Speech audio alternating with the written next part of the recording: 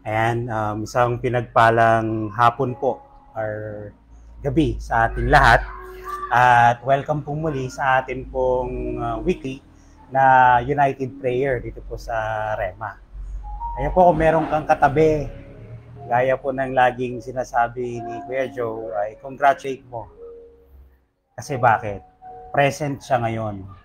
Sa dami ng gawain, sa dami ng ikinabibisihan ng halos buong linggo.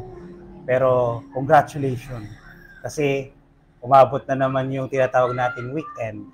Kung yung iba, merong tinatawag na Friday night na kung saan sila ay lumalabas kung saan pumupunta. Sa atin mga kapatid, ito yung Friday night natin. Instead of knowing somebody else's, kung nakikipagkilala tayo, nakikipag-meet up sa mga ibang tao, mas pinipili natin na mas kilalanin ng Diyos sa mga oras na ito. That's why, kung yan sa katabi mo, sabihin mo, congratulations at welcome sa gawain. Amen. Ano, proud at nakakasarap na isipin mga kapatid na kahit minsan sa isang linggo ay nagdaraos tayo ng isang kagaya nito na tayo nagkakasama na kung saan isa yung goal na we are seeking someone else's story, seeking someone else's studies or teachings na kung saan ay wala tayong kasawaan na makinig at alamin kung ano ba ang kalooban ng Diyos sa bawat isa. At ngayon nga pong gabing ito mga kapatid, ang ganda po nung naging topic po ng itong nakaraan. Ito po ay patungkol na sa pagkakakilala or kung kakilala ba natin si Jesus. Ayan. Alam niyo ba mga kapatid, napakaraming version ni Jesus ngayong panahon na ito, na kung saan kung hindi tayo magiging watchful at kung hindi natin kabisado or hindi tayo aware kung yung mga characteristics o yung mga bagay that make Jesus ay maliligaw tayo. Amen. Alam niyo yung darating yung panahon na gaya nga na sabi nga po sa kanyang muling pagbabalik ay wala itong signal. Walang signal.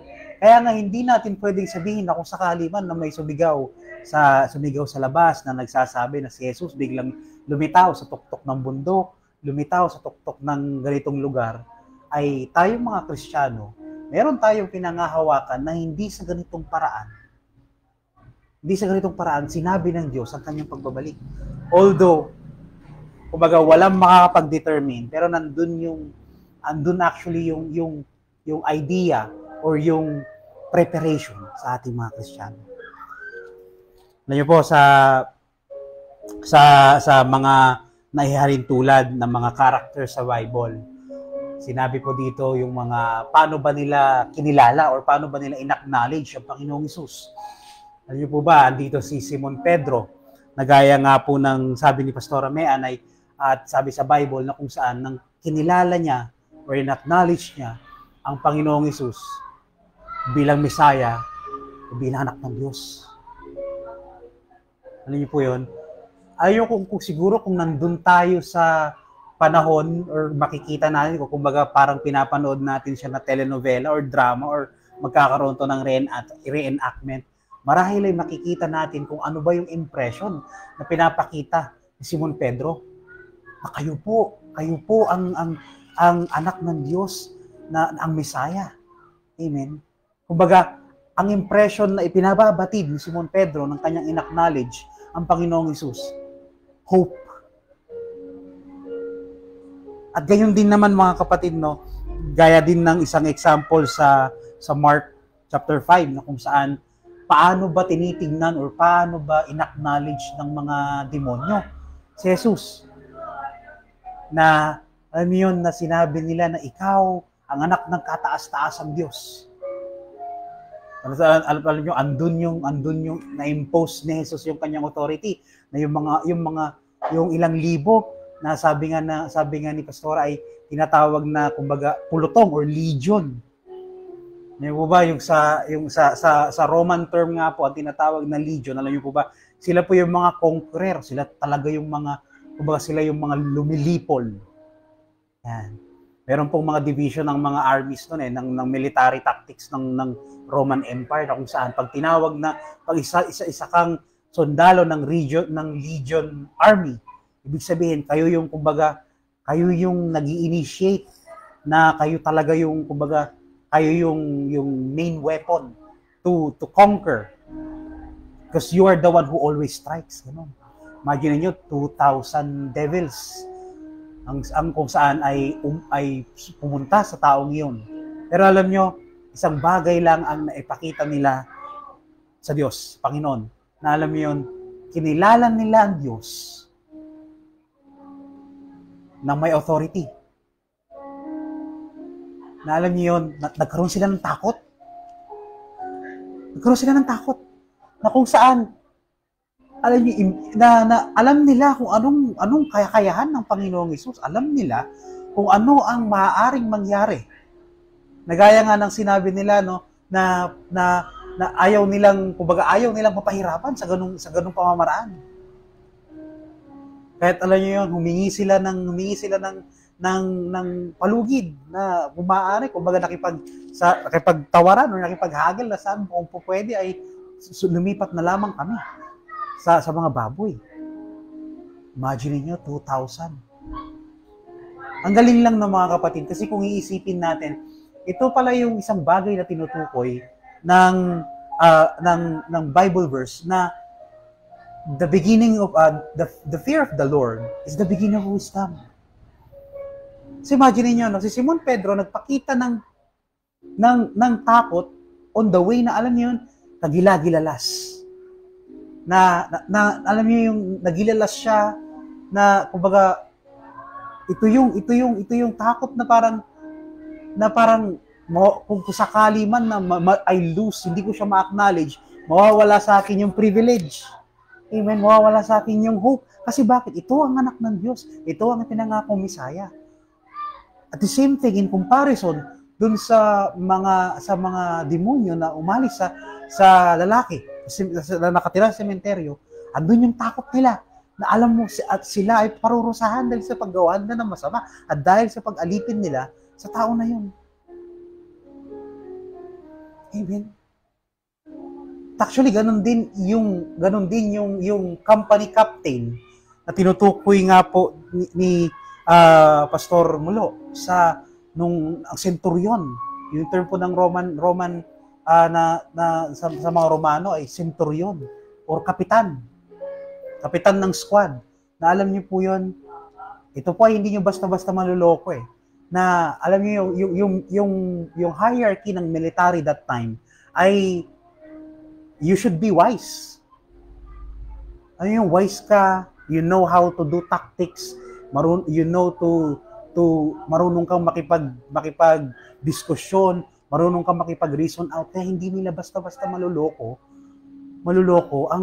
hindi natin basta-basta maluloko ang mga taong gaya ng mga opisyal ng Roman armies.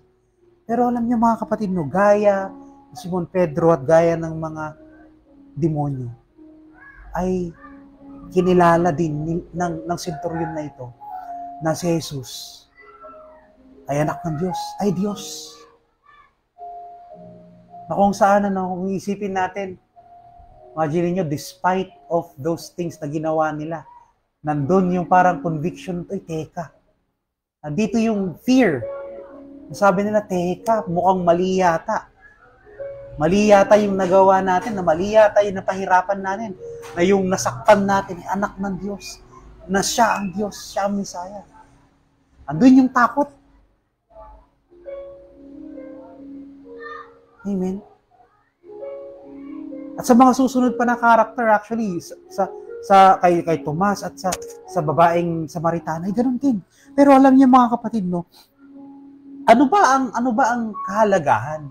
Ano ba ang nais ipinpoint ng pagkakakilala natin sa Panginoong Hesus. Amen. Kasi halos, kung titignan natin, halos lahat ng nag-declare or sila yung mga parang nagpatunay na yung nag-acknowledge sa Panginoon, nagkinilala nila na si Jesus ay Diyos. Pero Kuya Joe, what's in it for us? Ngayong panahon na to, kaming mga Kristiyano, tayong mga Kristiyano, what's in it for us? Nakilalanin ng Diyos. What's in it for us? Na i-acknowledge ang kanyang authority bilang Messiah, bilang anak ng Diyos, nakatas-taasan sa lahat. Alam niyo po ba, ang mga Kristiyano ay gaya nga ng sinasabi ni Pastor Bo, ay meron ng built-in na faith. Amen. At tayo mga Kristiyano ay actually meron ding tinatawag na built-in na wisdom. Built-in na wisdom. Na alam niyo po yun, ang wisdom na ito ay isang wisdom na meron palang kung babasahin natin yung wisdom ay sa Bible, yung kanyang Aramaic version, Aramaic, Hebrews, and Greek version, meron palang level, 3 na wisdom. Yung pagkakakilala o yung relationship sa Diyos, sa kapwa-tao. Alam niyo po ba yung number 1? Yung number 1 ang sinasabi po niya sa Aramaic, Hebrews, ang sabi po niya ay yung tinatawag na wisdom na tinatawag po na shakam. Yung pangalawa ay tinatawag na shakel, at yung pangatlo ay yung tinatawag na yada, or yeday, or yadi. Ano bang pagkakaiba nito? Ay mga kapatid, yung pong yadi, mga kapatid, ay isang basic, parang wisdom na you acknowledge na kilala mo ang isang bagay o isang tao, but without any relationship. Alam niyo po ba sa Bible at sa Hebrews and Aramaic Greek translation, isang example po ng mga Bible scholar dito mga kapatid, ay yung panahon na sinabi ni Maria nang siya ay kinausap at sinabi na siya ay magdadalang tao. Alam niyo po ba yung term na katumbas ng wisdom that time at nayaday ay yung sinabi niya na, paano po ako mabubuntis? Wala po akong kilala. Wala po akong nalalaman na, kumbaga, na asawa ko or na karelasyon ko that time. So alam niyo yun, wala siyang ka-idea. So no business, no something at all. Ito yung wisdom na knowledge na wala siyang ka-idea. Very basic. Yung pangalawa mga kapatid, yung sinatawag na shakel, ito po yung pagkakakilala, knowledge, na technically ito yung pagkakakilala mo into someone. Nagkaroon ka ng relationship, but purely business. At sa translation nga po ng Bible Aramaic at dito mismo sa Greek, yung wisdom na shakel ay inhalin tulad po, inattach sa pagkaka-describe ng tree of life, tree of wisdom. Sabi po sa Bible, ito ay tree of knowledge. Pero sa ibang translation po, I think sa Enoch, ang sabi po doon ay tree of wisdom. Na kung saan, ito ay strictly, bakit? Kung babalikan natin yung kwento na yon, yung po kasing puno na yun ay parte sa kingdom of God, business of God. Na kung saan si Eva, she has a relationship into God sa point na yon, na ang alam lang niya is something purely business. Something na relationship lang na transactional. Binilinan si Adan, binilinan si Eva. That's it. Pero alam niyo ang pinakamataas na uri ng knowledge, mga kapatid, or wisdom, ito po yung tinatawag na shakem sa Hebrews, na kung saan ito po yung tinutukoy ni Solomon sa Proverbs 8. Kasi ito yung wisdom na nakukuha sa pamamagitan ng pagkakaroon ng relationship, intimate relationship sa pamamagitan ng puso, sa pamamagitan ng business. Yun ang sinisik ni Solomon, na kung saan kinikilala niya ang Diyos. Sinisik niya ang Diyos sa pamamagitan ng kanyang puso Inaalam niya kung ano ba yung ginagawa ng, ano ba ang gawain, ano ba yung business na kailangan niyang trabahuhin sa kingdom of God. At gaya nga nung sinabi ko, uulitin ko po ng mga kapatid, ano ba, what's in it for us, Kuya Joe? Na bilang mga Kristiyano, ano ba ang may dadagdag sa atin nito? Na kung makikilala natin ang Diyos, i-acknowledge din natin siya na ng buong puso na gaya ng wisdom na pinakita ni Solomon. Tinatawag na Shekel sa Aramaic. Ay mga kapatid, mas makakakilos ang Panginoong Hesus. Mas makakagawa ng himala ang Panginoong Hesus. Ang pagkilos ng Panginoon sa mga taong ito at sa ating mga Kristiyano ay nakadepende sa kung paano ba natin siya in-acknowledge. Kasi bakit? Alam niyo po ba, dito, in-acknowledge nila ang Diyos na anak ng Diyos, na ang Panginoong Hesus na anak ng Diyos at Panginoon. Amen. At alam niyo, dumating yung point na kumbaga, hindi ito tinanggi ng Panginoong Hesus at maganda ang mga nangyari.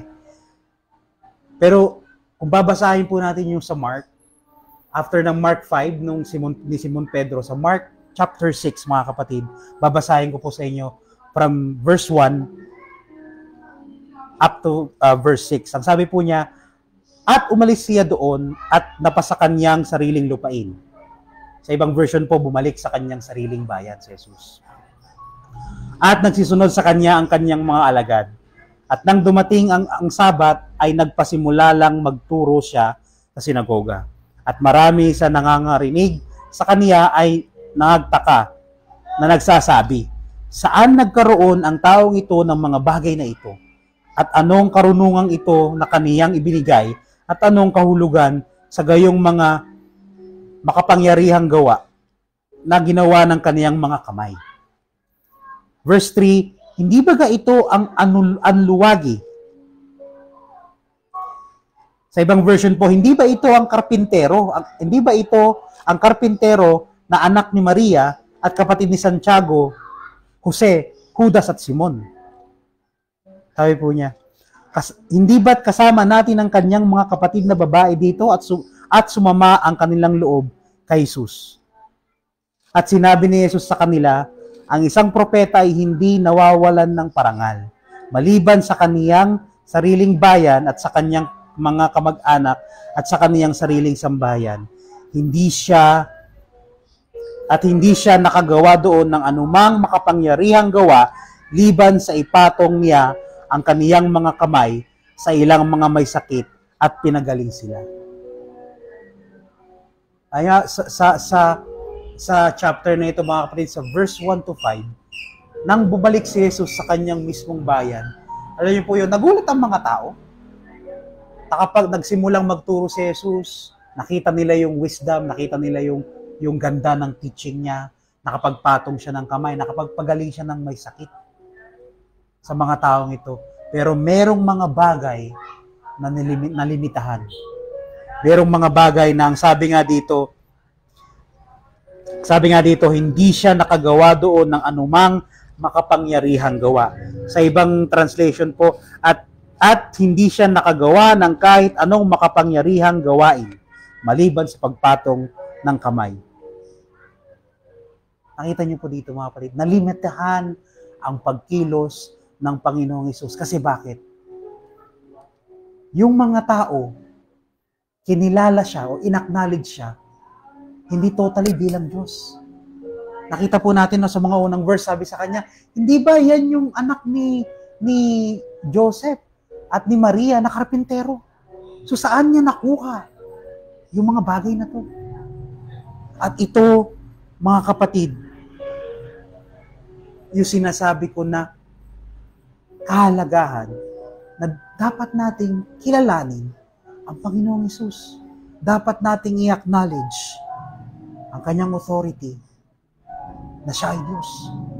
Dahil nakaka-apekto ito direkta sa pamumuhay ng isang Kristiyano. Kung nais nating makita sa dami ng mga Jesus na pinapakilala ng mundong ito ngayon, Nais mong makita, nais nating malaman kung ang Jesus ba na tinuturo o ang Jesus ba na sinusundan mo ay totoo at tama, makikita sa pamumuhay natin. Kung nalilimitahan ang pagkilos ng Diyos sa buhay natin, mga kapatid, marahil ay gaya ni Simon Pedro, kailangan natin i-acknowledge at kilalanin na mabuti ang Panginoon. Siya ay Diyos. Sa continuation po, pinapasa ko po kay Pastora Tina para po sa susunod na. Praise the Lord. At tunay nga na ang Diyos ay patuloy na nagpapakilala sa atin. Si Jesus ay patuloy na nagpapakilala sa bawat isa sa atin. Tunay nga na ang Panginoon, wala siyang inaaksayang panahon, wala siyang inaaksayang pagkakataon upang siya ay magpakilala sa atin. Amen po. At muli natin na pakinggan yung iba't ibang na-share ng ating mga kapastoran nitong mga nakaraang linggo na kung saan nagbigay ng iba't ibang senaryo ayon sa iba't ibang tao kung paano nila nakilala ang Panginoon at kung paano nila in-acknowledge ang Panginoon. Amen po. Na kung saan, sabi niya po sa number 1, ito yung pagkakakilala ni Peter kay Jesus. Amen. Na sa kabila ng 3 beses niyang tinakwil si Jesus, ay nandoon na nung muling nabuhay si Jesus, ay nagpatuloy siya sapagkat alam niya sa puso niya na yung Diyos na kinilala niya ay Diyos pa rin na muling nagbabalik. Amen po. Maging ang mga demonyo, kinilala si Jesus. Alam nila na ito ang makapangyarihang Diyos na kaya silang paalisin, kaya silang talunin. Amen po. Maging yung mga pinuno ng bayan. Sabi nga po, kung makikita po natin sa mga peso bill natin, no? Sabi po, mapalad ang bayan na walang ibang Diyos, kundi ang Diyos. Amen po. Maging yung mga namumuno, maging yung may mga posisyon. Muli, pinakita ng Diyos na kaya niyang magpakilala sa mga ito. Maging kay Nathaniel, maging sa babaeng Samaritana. Amen po. Sabi niya po sa John chapter 4, verse 42. Sabi niya po rito, nung time na nagpakilala si Jesus sa babaeng taga-Samaritana, sa babaeng taga-Samaria, sabi niya po rito, sinabi ng mga tao sa babae, sumasampalataya kami ngayon, hindi lang dahil sa sinabi mo sa amin, ang tungkol sa Kanya, kundi dahil sa narinig namin mismo sa Kanya. At alam namin siya ang tagapagligtas ng mundo. Mapapaisip tayo mga kapatid, no? Bakit kaya maraming sumampalataya sa Panginoong Jesus nung time na nag-testimony itong babaeng taga Samaria? Ano kayang meron? Alam niyo po kung babasahin po natin itong verse na to paatras. Yung babaeng taga Samaria na ito yung babaeng nakasabay ni Jesus na kumuha ng tubig sa balon. Amen po. Basahin po natin sa verse 39, atras po tayo. Sabi niya po rito, maraming Samaritano sa bayang ito ang sumampalataya kay Jesus dahil sa sinabi ng babae na alam ni Jesus ang lahat ng ginawa niya. Kaya pagdating ng mga Samaritano kay Jesus, hiniling nila na manatili muna siya roon sa kanila at nanatili nga siya sa kanila ng 2 araw. Dahil sa pangangaral niya, marami sa kanila ang sumampalataya.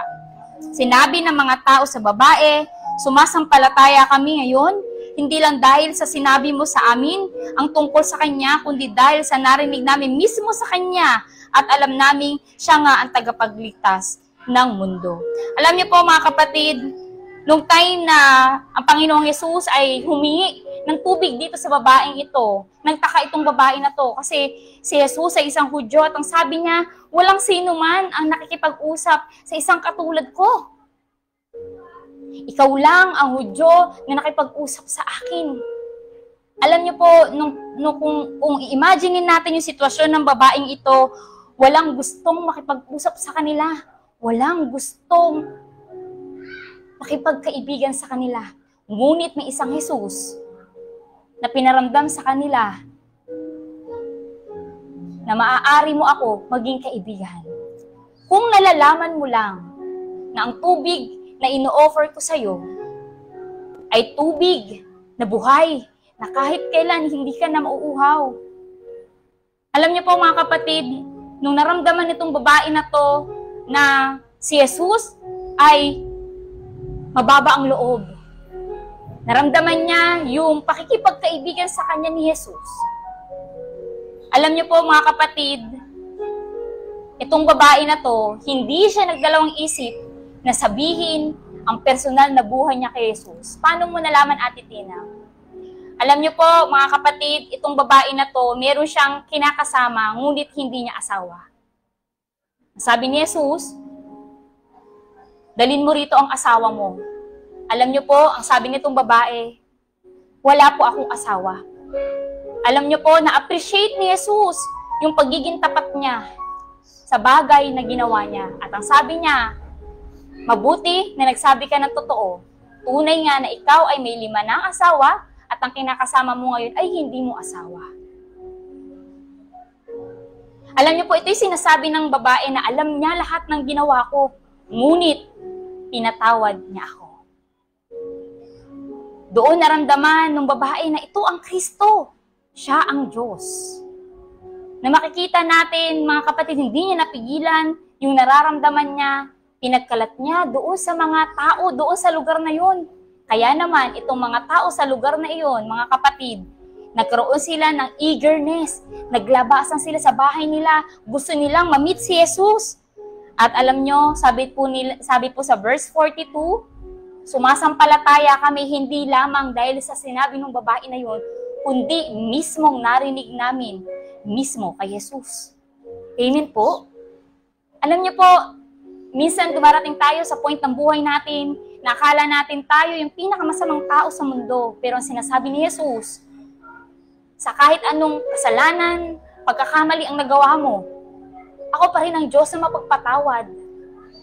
Ako pa rin ang Diyos na mapagmahal. Magsabi ka lang ng totoo, umamin ka sa mga kasalanan mo. Tutulungan kita at bibigyan kita ng tubig na buhay na kailanman hindi ka na mauuhaw. Sapagkat ang katotohanan ang makakapagpalaya sa atin. Amen po. Maging sa buhay ni Martha, mga kapatid, alam natin na ito yung time na si Lazarus ay namatay. Amen po. Na si Martha that time, pigating-pigati siya. Pigating-pigati yung puso niya. Sinabi pa nga niya kay Jesus, na kung nandito ka lang, Panginoon, hindi sana mamamatay ang aking kapatid. Pero alam niyo po, muling dinalidate ni Jesus yung faith ni Martha. Naniniwala ka ba na kaya kong buhayin ang iyong kapatid? Alam niyo po mga kapatid, minsan nakala natin kapag dumarating tayo sa time na namatayan tayo ng mga mahal sa buhay, hindi na natin nararamdaman ang kabutihan ng Diyos. Mahirap hanapin ang Diyos. Mahirap purihin ang Diyos sapagkat masakit. Pero alam niyo po, kung babasahin po natin, tuloy-tuloy itong verse na to, miski si Jesus, nasaktan nung nalaman niyang patay na si Lazarus. At kailangan i-validate ni Jesus ang faith ni Martha sapagkat we cannot please God without faith.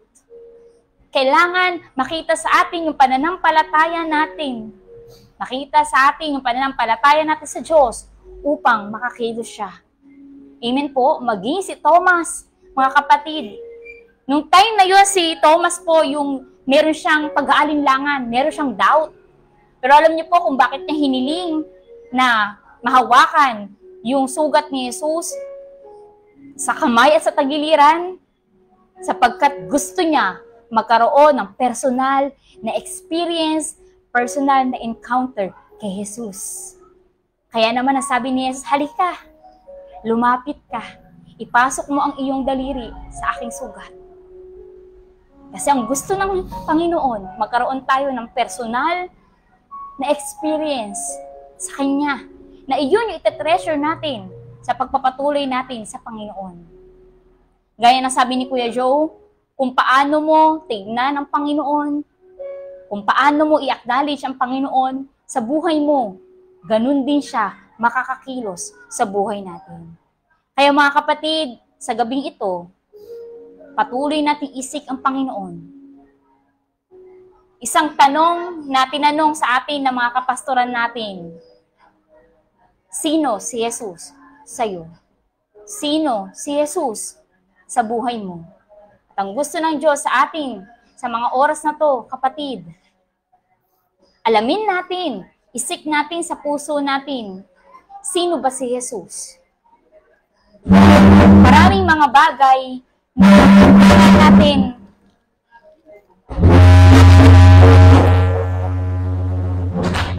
akala natin ito na yung bagay na i-offer ng Diyos sa atin. Ngunit hindi natin nalalaman na meron pang best offer ang Diyos sa atin kung patuloy natin siyang kikilalanin. Pinakita ng Panginoon na sa bawat pagkakataon, pinakita ng Panginoon na sa bawat sitwasyon kikilos siya. Nandun ka man sa panahon na nag-aalangan ka, nandun ka man sa pagkakataon na doubt ka na sa buong mundo, nandun ka man sa pagkakataon o sa sitwasyon na iisipin mo na wala na akong magiging kaibigan, marami na akong kasalanan. Pero sinasabi ng Diyos sa atin, mga kapatid, si Jesus noon ay si Jesus hanggang sa ngayon. Hindi siya nagbabago. Hindi siya nag-iiba. Siya ang ating simula, maging ang ating katapusan.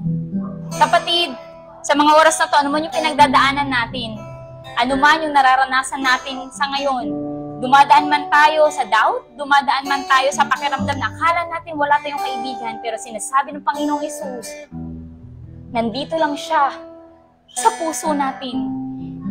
Nandito lang siya upang magpatuloy na ibigay yung bawat pangangailangan natin. Alam niyo po mga kapatid, si Jesus, doon sa mga nabanggit, liban sa mga demonyo, maging ang demonyo kaya niyang kalabanin.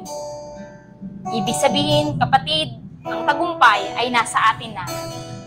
Sa mga tao na nakaranas ng personal na experience niya kay Jesus, ito yung best time para i-appreciate natin ang Diyos sa mga panahong mahina tayo, ngunit pinalakas niya tayo.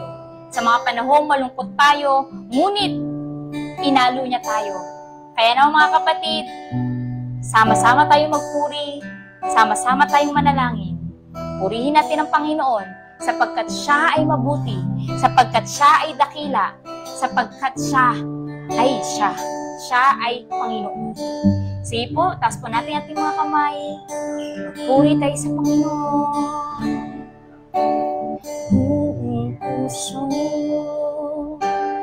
buong isip, buong lakas, iaalay sa'yo. Aming himig at ang tinig, magpupuri sa dakilang ngalan mo. Muli pa, buong puso, buong isip, buong lakas, iaalay sa'yo. Aming himig at ang tinig, magpupuri sa dakilang ngalan mo.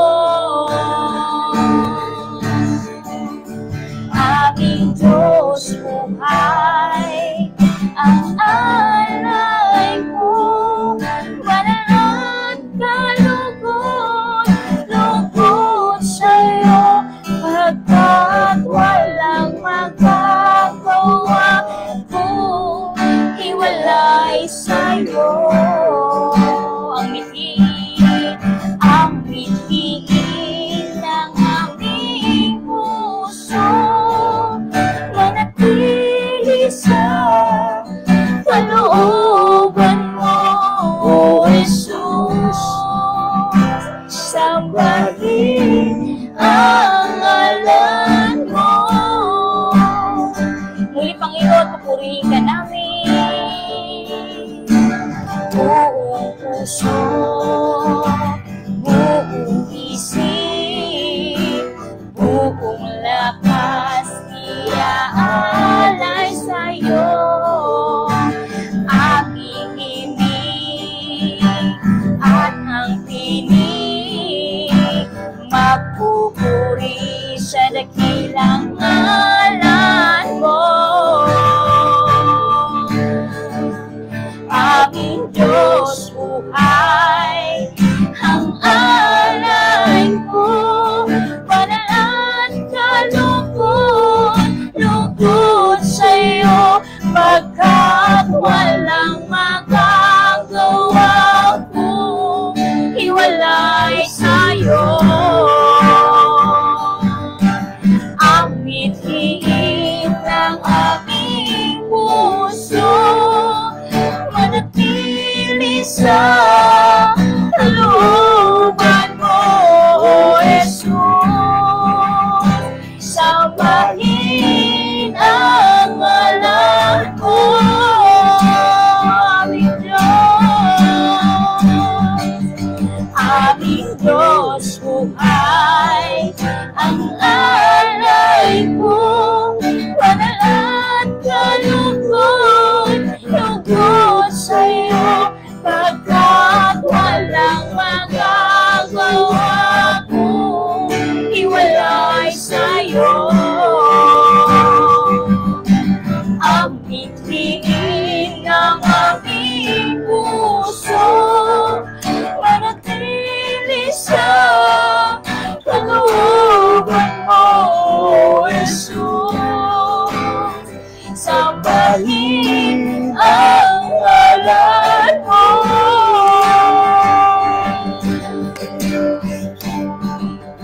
Aming Diyos, buhay ang alay ko, banal at kalungkot, lungkot sa'yo, pagkat walang magagawa kong hiwalay sa'yo. Ang mithiin ng aming puso, manatili sa kalooban mo, Jesus. Sambahin ang ngalan mo, aming Diyos. Aming Diyos, buhay ang alay ko, banal at kalungkot, lungkot sa'yo, pagkat walang magagawa kong hiwalay sa'yo. Ang mithiin ng aming puso, manatili sa kalooban mo, Jesus. Sambahin ang ngalan mo,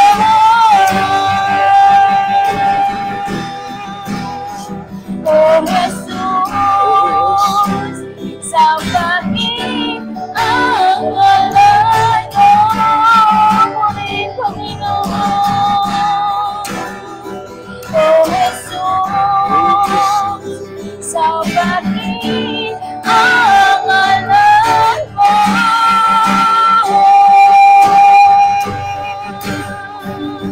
Hallelujah.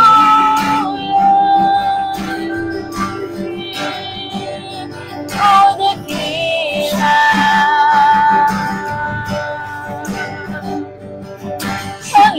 Panginoon, siya ba kayo sila? siya mo kayo sinaririnig mo sige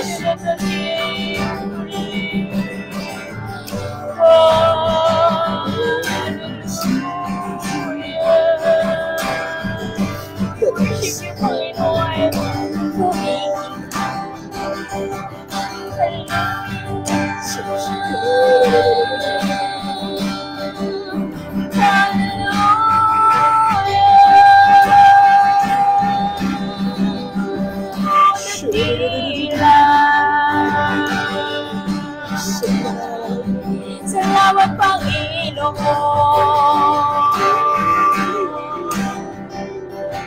Purihin ka. Salamat.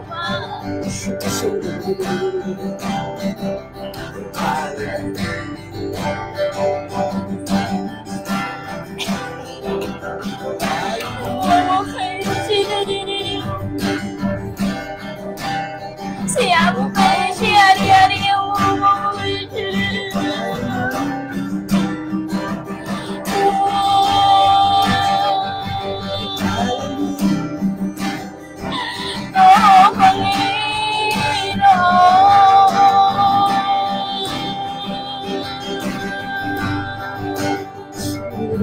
siya mo kayo siya mo kayo siya dadari mo oh nakila ka oh Panginoon salamat Panginoon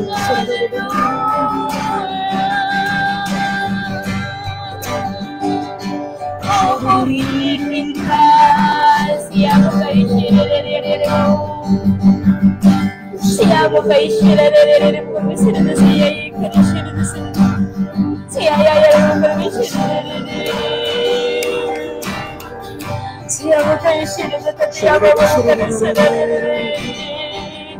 oh salamat oh siya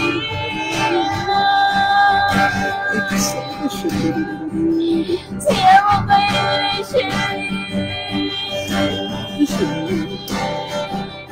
oh nakila ka Holy Spirit siya mo kayo siya mo kayo sinadadali mo siya mo kayo sinadadali mo siya mo kayo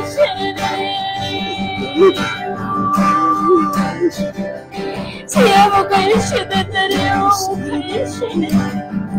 siya mo kayo sinadadali siya mo kayo sinadadali siya mo kayo sinadadali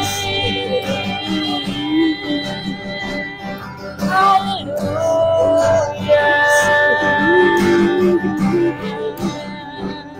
purihin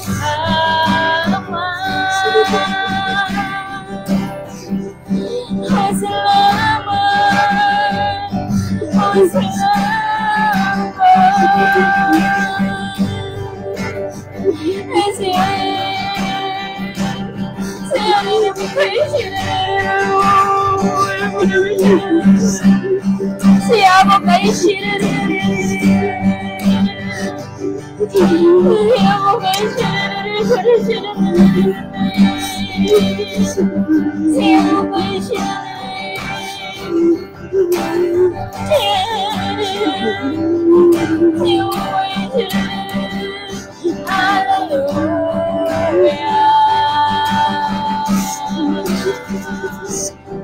purihin ka. Salamat Panginoon.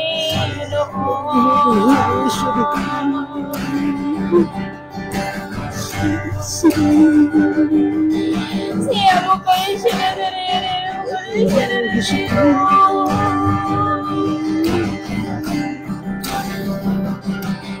mo kayo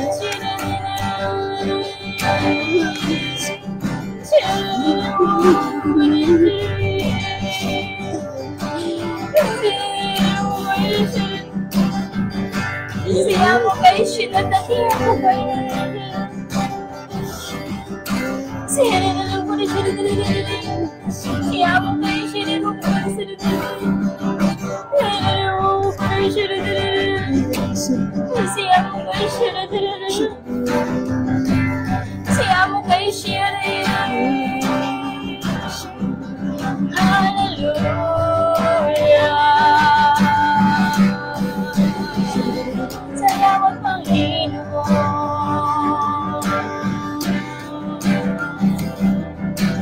Pupurihin ka namin, Panginoon, dadakilain. O salamat.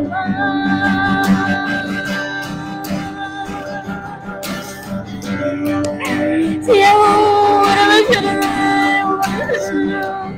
Siya na rin, kayo siya na rin. Siya mo, kayo siya na rin. Kayo siya na rin.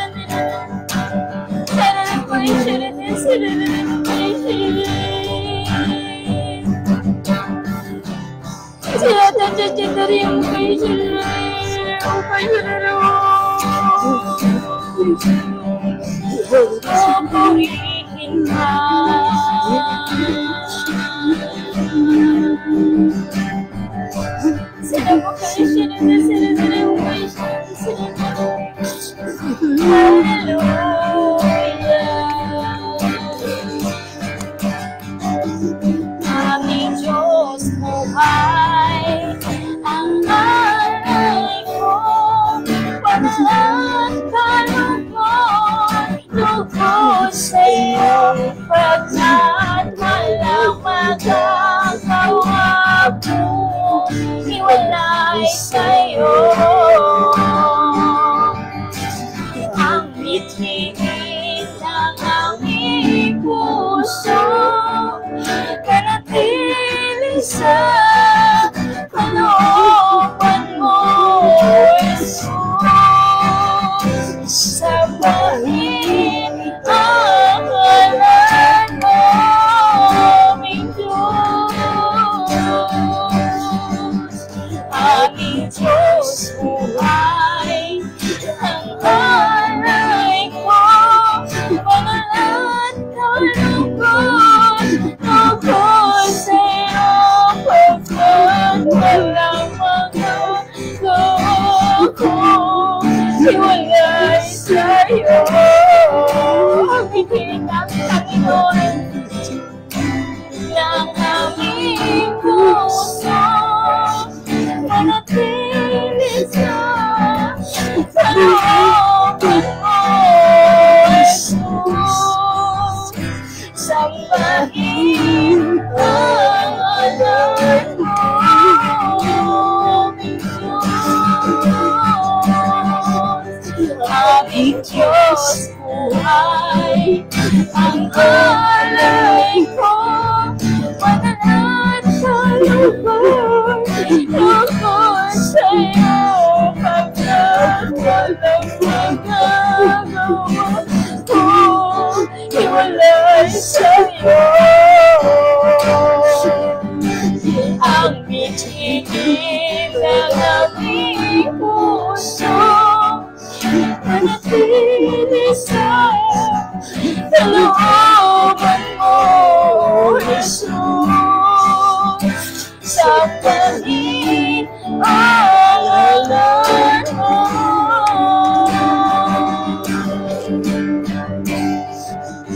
Aming Diyos buhay, ang alay ko, kanalas kalugod, lugod sa'yo, pagkat walang magagawa ko, hiwalay sa'yo. Ang bitihin ng aming puso, manatili sa kalooban mo, Jesus. Sambahin ang ngalan mo.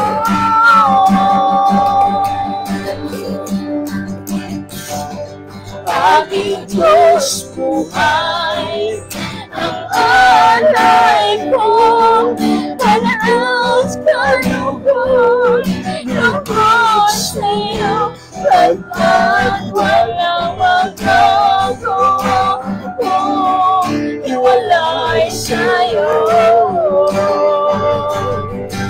ang itigin ng aming puso, manatili sa kalooban mo, O Jesus.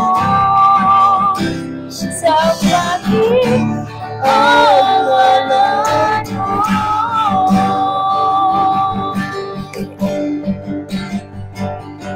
aming Diyos buhay, ang alay ko, banal at kalugod, lugod sa'yo, pagkat walang magagawa ko, hiwalay sa'yo.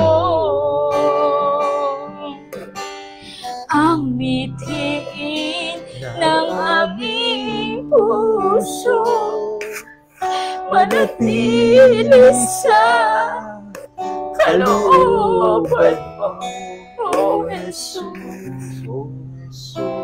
Sambahin ang ngalan mo.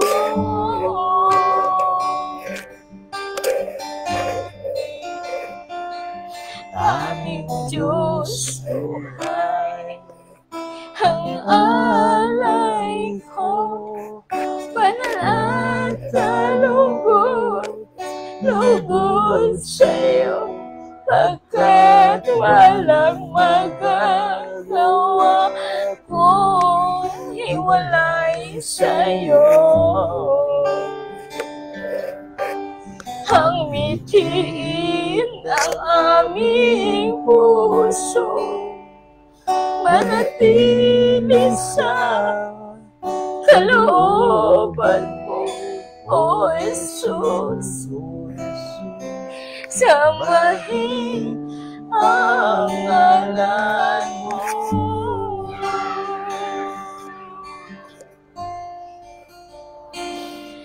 Aming Diyos buhay, ang alay ko, banal at kalugod, lugod sa'yo, pagkat walang magagawa kung hiwalay sa'yo.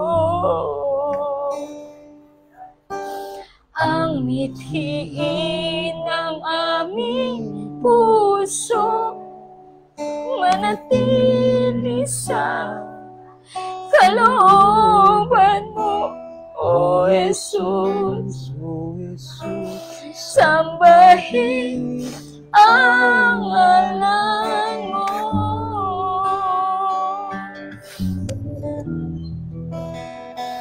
O Jesus, sambahin ang ngalan mo.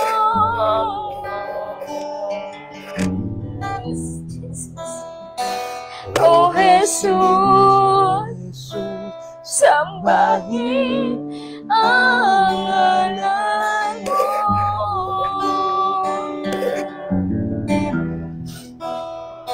O Jesus, sambahin ang ngalan mo. Salamat, Panginoon. Salamat, Diyos. Tunay nga, Panginoon, ang aming dalangin, Panginoon. Ang tanging nais ang puso namin, Panginoon, ay manatili sa kalooban mo, O Diyos. Salamat, Lord, sa mga mensahe, Panginoon, na inihiyag mo sa amin sa mga oras na ito, O Diyos.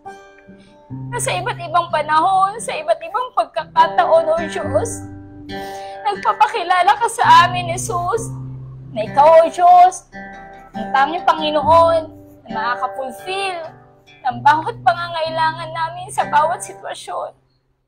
Sa gitna ng kalungkutan, sa gitna ng pagkaulila, sa gitna ng kawalan, Ikaw, O Diyos, Ikaw, Jesus, ang tanging nagiging sandigan namin.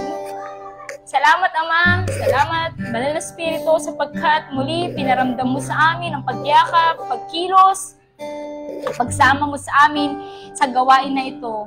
O Diyos, patuloy namin, Panginoon, tinataas sa iyo, God. Bansang Pilipinas, O Diyos, sa pangunguna, Panginoon, na aming Pangulo, God. Tunay nga, Lord. Tunay nga, O Diyos, na mula pa noon, Panginoon, nagpakilala ka na sa mga matataas na tao ng lipunan, O Diyos. Kaya naman, Lord, patuloy namin kiniklaim, Panginoon, ng isang bansang kumikilala sa iyo, O Diyos. Isang bansang Kristiyano na magpupuri at patuloy na gagawin ang karapat-dapat at naayon sa iyong kalooban, O Diyos. Tunay nga, Lord, patuloy ka magpadala ng mga manggagawa upang makapag-share ng mabuting balita sa mga nanunungkulan sa aming bansa. At Lord, tunay nga, O Diyos, na ikaw, Panginoon, yung patuloy na maglagay ng mga tao, Panginoon, na karapat-dapat ayon sa iyong kalooban, Panginoon, sa aming gobyerno, upang sa ganun, Lord, maganap ang iyong kalooban, O Diyos. Maging, Lord, sa kabuuan ng Rim Evangelistic Church International, Panginoon, tunay nga, Lord, sa pangunguna namin Senior Pastor na si Pastor Boy, O God, Lord, patuloy mo siyang ingatan, proteksyonan, gabayan, Panginoon. Patuloy mo ibigay sa kanya, Panginoon, yung vision na nagmumula sa iyo, Panginoon. Kung ano, Panginoon, yung mga bagay na nais ko, Panginoon, na mangyari, Panginoon, sa gawain mo, Panginoon, dito sa Rima, O Diyos. So, nga, Lord, ang gawain ito ay sa iyo. Kaya naman, Lord, ikaw, Panginoon, yung kumilos at mangusap, Ama. Tunay nga, Diyos, patuloy mo ibigay desire ng puso na aming Senior Pastor, Panginoon. Patuloy mo, Panginoon, na ibigay, Panginoon, ang kanyang pangangailangan, Panginoon. Maging, Lord, yung pag-iingat mo sa kanya, sa bawat lakad niya, O Diyos, sa pagdalaw niya, Panginoon, sa bawat outreaches, Panginoon, at tunay nga, Panginoon, na pagpalain mo siya, Panginoon, sa lahat ng aspeto ng kanyang buhay. Maging, Lord, sa aming mga kapastoran, Panginoon, sa aming mga district pastors, Panginoon, sa aming mga pastors, Panginoon, sa aming mga workers, Panginoon, sa aming mga elders, Panginoon, sa mga members, Panginoon, sa aming mga youth, Panginoon. Salamat, O Diyos, sa buhay, Panginoon, ng bawat lingkod mo, Panginoon. Yes. Patuloy mo kaming bigyan, Panginoon, ng desire, Panginoon, yung on fire na paglilingkod, O Diyos. At Lord, yung puso na handang makinig, handang umunawa, Panginoon, at handang sumunod sa bawat sasabihin mo sa amin. Lord, patuloy na, Panginoon, na ingatan mo, Panginoon, yung pamilya, Panginoon, na iniwan, Panginoon, na aming mga manggagawa, O Diyos. Tunay nga, Lord, kiniklaim namin, Panginoon, yung pangako mo, Panginoon, na Lord, ano man ang mahalaga sa amin ay iingatan mo, Panginoon. Kaya naman, Lord, patuloy kami susunod sa iyo sapagkat alam namin, Panginoon, ang lahat ng bagay na ito, Panginoon, na inayos mo na. Salamat, Lord, sa Kristiyanong pamilya, Panginoon. We claim your promise, Panginoon. Tunay nga, Panginoon, na ask for me in my house, we will serve you, Lord, Panginoon. Salamat, Panginoon, sa born again na pamilya, Panginoon, sa buong pamilya na naglilingkod sa iyo, O Diyos. Gawin din, Panginoon, sa nalalapit naming camping, Panginoon. Salamat, Lord. Tunay nga, O Diyos, na puspusin mo kami, Panginoon, ng iyong pag-ibig, Panginoon. Puspusin mo kami, Panginoon, ng iyong presensya, Panginoon. Yung tinig mo, Panginoon, patuloy namin marinig, O God. Salamat, O Diyos, kiniklaim na namin, Panginoon, yung magandang panahon, O Lord. Tunay nga, Panginoon, wala anumang bagyo ang siyang makakahadlang sa bawat gawain ng bawat simbahan sa pangalan ni Jesus. In Jesus' name. In Jesus' name. Lord, salamat sapagkat ngayon pa lang, Panginoon, ay hinihanda mo na, Panginoon, ang bawat pangangailangan namin, Panginoon. Simula, Lord, sa aming financial, Panginoon, maging, Lord, sa mga believers na maisasama, Panginoon. Lord, tunay nga, O Diyos, we apply the blood of Jesus, Panginoon, sa lugar ng Mount Piniel, Panginoon. Ngayon pa lang, Panginoon, ay patuloy mo na ingatan, Panginoon, patuloy mo na paramdam mo, Panginoon, sa lugar na yan, O Diyos, na sino man, Panginoon, ang pupunta dyan ay mararamdaman ang presensya mo, God. Salamat, Ama, salamat, O Diyos. Maging, Lord, sa bawat simbahan na bubuksan, Panginoon, sa bawat simbahan na under construction, Panginoon, sa bawat simbahan, Panginoon, na binuksan mo, Panginoon. Tunay nga, Lord, walang sino man ang makakapagsara. Salamat, Lord, sa aming mga pangrenta, Panginoon. Salamat, Lord, sa pambayad ng aming kuryente, ng tubig, Panginoon. Maging, Lord, sa mga allowance na aming mga manggagawa, O Diyos. Salamat, Panginoon. Tunay nga, Panginoon, na ikaw, Panginoon, yung nagbukas ng mga ito. Kaya naman, Lord, sa iyo lang kami aasa ng bawat pupuno, Panginoon, sa aming pangangailangan. Salamat, Ama. Tunay nga, Lord, na patuloy mo ihatid, Panginoon, ang aming mga panyapak sa lugar kung saan mo, Panginoon, na nais, Panginoon, na i-harvest, Panginoon, yung bawat bunga, Panginoon, na hinug na, O Diyos. Salamat, Ama, sa bawat future pastors, workers, elders, members, Panginoon, ng bawat simbahan mo, God. Salamat, Lord, sa patuloy mong pagbubukas, Panginoon, ng bawat gawain at sa pagtugon ng aming panalangin. Salamat, Lord, tunay O Diyos, sa mga kapatiran namin, Panginoon, na nakaramdaman sa mga oras na to, Lord. Tunay O Diyos, patuloy mong i-normalize, Panginoon, yung bawat parte ng kanilang katawan, weakling, Panginoon. Sa pamagitan ng iyong mga latte, Panginoon, kami magaling na, O Diyos. Lord, ang laban na ito, Panginoon, sa aming kalusugan ay matagal na, Panginoon, na napagtagumpayan, Panginoon. Tulungan at turuan mo kami, O Diyos, na ipaglaban, Panginoon, ang kagalingan na nagbumula sa iyo. Salamat, Ama. Ikaw, Panginoon, yung madakila sa buhay namin, Panginoon, maging Lord, yung aming mga financial, Panginoon. Lord, yung aming mga businesses, Panginoon. Salamat, Ama. Tunay, O Diyos, sinaselyuhan namin ng banal na dugo ni Jesus, ang bawat panalangin namin, Panginoon, maging Lord, yung mga prayer requests ng bawat isa. Tunay nga, Lord, sa iyo ay may katagumpayan. Tunay nga, Lord, sa iyo ay may kapayapaan. Tunay nga, Lord, sa iyo, Panginoon, ay may pag-asa. Salamat, Ama. Ikaw lang, Panginoon, namin pupurihin, dadakilain at sasambahin sa iyong pinakamataas na kapurihan sa pangalan ni Jesus. Amen. Muli, maraming salamat po at magandang gabi po sa bawat isa sa amin. God bless po.